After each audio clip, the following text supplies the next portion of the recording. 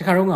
အေးချမ်းပြီးတော့မှပျော်ရွှင်စရာကောင်းတဲ့ရွာတစ်ခုမှာအရန်ကိုပညာရှိတဲ့ပညာရှိကြီးတယောက်နေထိုင်ပါတယ်သူကပညာရှိတဲ့အတွက်သူ့စီကိုအဲ့ဒီနိုင်ငံမှာအုပ်ချုပ်တဲ့ရှင်ဘရင်ကတောင်ခဏလာတွေ့ပြီးတော့မှသူ့စီကအကြံဉာဏ်တွေတောင်းခံရပါတယ်တရက်တော့အဲ့ဒီရွာမှာရှိတဲ့ရွာသားကပညာရှိကြီးကိုပြောပါတယ်ပညာရှိကြီးခမားစီကိုရှင်ဘရင်ကခဏလာနေတာဒီတော့နောက်တစ်ခါလာရင်အကူအညီတစ်ခုတောင်းကြည့်ပါလားဘာအကူအညီလဲဆိုတော့ဒီရွာမှာစာသင်ကျောင်းမရှိဘူးအဲ့တော့ဒီရွာမှာရှိတဲ့ကလေးတွေကတခြားရွာတွေသွားပြီးတော့ကျောင်းတက်နေရတယ်ဒီတော့ဒီရွာမှာစာသင်ကျောင်းလေးစောက်ပေးဖို့အကူအညီတောင်းပါလားအဲ့လိုပြောတဲ့အခါမှာပညာရှိကြီးကခဏစဉ်းစားပါတယ်စဉ်းစားပြီးတော့အဲ့ဒါဆိုလို့ရှိရင်တော့ငါသူလာတဲ့ချိန်ကိုစောင့်မနေတော့ဘူးသူ့ရဲ့နန်းတော်ကိုသွားပြီးတော့မှငါအကူအညီတောင်းမယ်ဆိုပြီးတော့မှနန်းတော်ကိုထွက်လာခဲ့ပါတယ်နန်းတော်ရောက်တဲ့အခါမှာတော့နန်းတော်ထဲမှာရှိတဲ့လူတွေကလည်းဒီပညာရှိကြီးကိုသိတယ်လေးစားကြတယ်ဒီတော့တခါတည်းရှင်ဘရင်စီကိုသွားခိုင်းလိုက်ပါတယ်အဲ့တော့ရှင်ဘရင်စီသွားတဲ့အခါမှာရှင်ဘရင်ကဖျားကန်းထဲမှာရှိနေပြီးတော့မှဖျားရှိကိုဆုတောင်းနေတာကိုခုနကပညာရှိကြီးမြင်လိုက်ပါတယ်ရှင်ဘရင်ကဘာတွေဆုတောင်းနေတယ်လဲဆိုတော့အရှင်ဘုရားတပည့်တော်ဒီထက်ပို့ပြီးတော့မှချမ်းသာပါလို့ဤတပည့်တော်ဒီထက်ပို့ပြီးတော့မှအာဏာတွေရှိရပါလို့ဤ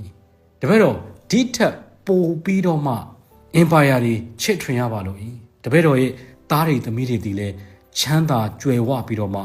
ပျော်ရွှင်လှပတဲ့သူတွေဖြစ်ရပါလို့ဤဆိုပြီးတော့မှဆုတောင်းနေတဲ့အတန်တွေကိုကြားတဲ့အခါမှာခုနကပညာရှိကြီးကအဲ့ဒီနေရာနေပြီးတော့မှတုတ်ကနေထွက်လာခဲ့ပါတယ်အဲ့တော့ရှင်ဘုရင်ကပညာရှိလာသွားတာလည်းမြင်တယ်သူ့လမ်းကလည်းဖြတ်သွားတာလည်းတွေ့တဲ့အခါမှာဆုတောင်းတာကိုရက်ပြီးတော့မှခုနကပညာရှိရဲ့နောက်ကိုလိုက်တော့ပါတယ်ပြီးတော့ပညာရှိကြီးဘာကြောင့်မလို့ကျွန်တော်ကိုမဆောင်တာလဲအဲ့လိုပြောတဲ့အခါမှာတော့အရှင်မင်းကြီးအခုဟာကချမ်းသာတဲ့သူတယောက်စီကနေပြီးတော့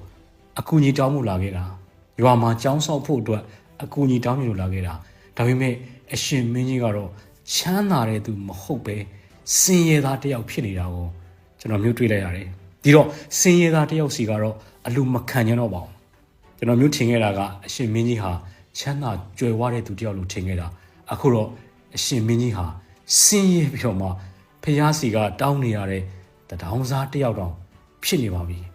အဲ့တော့ဘာမှအကူအညီမလိုတော့ပါဘူးဆိုပြီးတော့မှထွက်တဲ့ချိန်မှာရှင်မင်းကစဉ်းစားပြီးတော့မှအော်ဟုတ်တာပဲငါရဲ့ဘဝမှာလိုချင်တာတွေရချင်တာတွေအကုန်လုံးရှိနေတာပဲရနေတာပဲဒီလောက်ချမ်းသာကြွယ်ဝနေတာကိုမှငါဒီထက်ဒီပိုလိုချင်နေတာမကောင်းပါဘူးအဲ့တော့ပိုလိုချင်ချင်းအဖြစ်ငါမှငြိမ်းချမ်းမှုတွေပျောက်တယ်နေ့တိုင်းမပျော်မရွှင်ဖြစ်ရတယ်ဒီတော့ငါဒီရောင်ရဲတဲ့သူတယောက်ဖြစ်အောင်ကြိုးစားမယ်ဆိုပြီးတော့မှခုနကပညာရှိကြီးကိုဂတိပေးလိုက်ပါတယ်ပြီးပြီးတော့မှအဲ့ဒီရွာမှာကျောင်းဆောက်ပေးဖို့လည်းသဘောတူလိုက်ပါတယ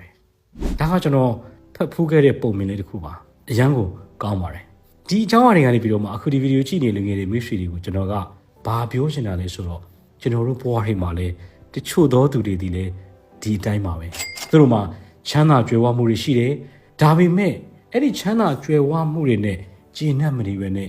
ပိုးလိုချင်ရင်းနဲ့ပူလောင်နေတဲ့သူတွေကျွန်တော်တို့တွေ့ကြလိမ့်မယ်ရှိလိမ့်မယ်အဲ့တော့ကျွန်တော်တို့ဘဝမှာချမ်းသာကြွယ်ဝခြင်းဆိုတာကိုငွေကြီးနဲ့အာဏာတွေနဲ့ပိုင်ဆိုင်မှုတွေနဲ့တိုင်းထွာတာထက်ကျွန်တော်တို့ဘယ်လောက်ထိအောင်စိတ်ချမ်းသာတယ်လဲကျွန်တော်တို့ဘယ်လောက်ထိအောင်ငြိမ်းချမ်းတယ်လဲကျွန်တော်တို့ရဲ့စိတ်ကဘယ်လောက်ထိအောင်ပျော်ရွှင်မှုတွေရနေတယ်လဲ contentment လို့ခေါ်တဲ့ဘယ်လောက်ထိအောင်ကျွန်တော်တို့ရောင်ရဲတယ်လဲဆိုတာကအ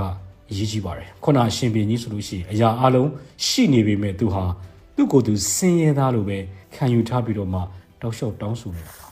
ာအဲ့တော့ကျွန်တော်အဲ့လိုပြောလိုက်လို့ရောင်ရဲတယ်ဆိုတာဘာမှမလုပ်ရတော့ဘူးလားဘာမှမရှာတော့ဘူးလားမဟုတ်ပါဘူးကျွန်တော်တို့ရှိတာတွေနဲ့ပျော်ရွှင်အောင်နေပါမှန်ကန်တဲ့နီးလန်းနဲ့ပိုရဖို့ကြိုးစားပါတောင်းဆိုမနေပါနဲ့အဲ့တော့ဒါဒီကျွန်တော်တို့အရေးကြီးတဲ့ message ပါ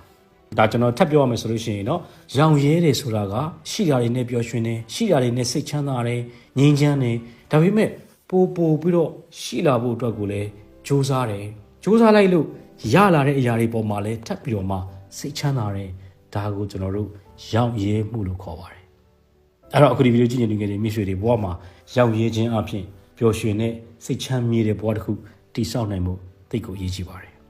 ်ဒီကြောင့်အရာတွေကဒီဗီဒီယိုမှာအခုဒီဗီဒီယိုကြည့်နေလူငယ်တွေမိတ်ဆွေတွေဟာအကျိုးတစုံတရာရလိမ့်မယ်လို့ကျွန်တော်မျှော်လင့်ပါတယ်ကိုယ့်အတွက်ဘာရလိုက်တယ်ဆိုတော့ comment မှာတစ်ချက်လောက်ရေးလို့ရေးပြပါအောင်ဒီဗီဒီယိုကိုဆုံးဖြတ်ကြည့်ပြီးတဲ့အတွက်လည်းကျေးဇူးအများကြီးတင်ပါတယ်ကျွန်တော်တို့ကုညံလင်းအောင်မှာမင်္ဂလာရှိသောနေ့လေးဖြစ်ပါစေ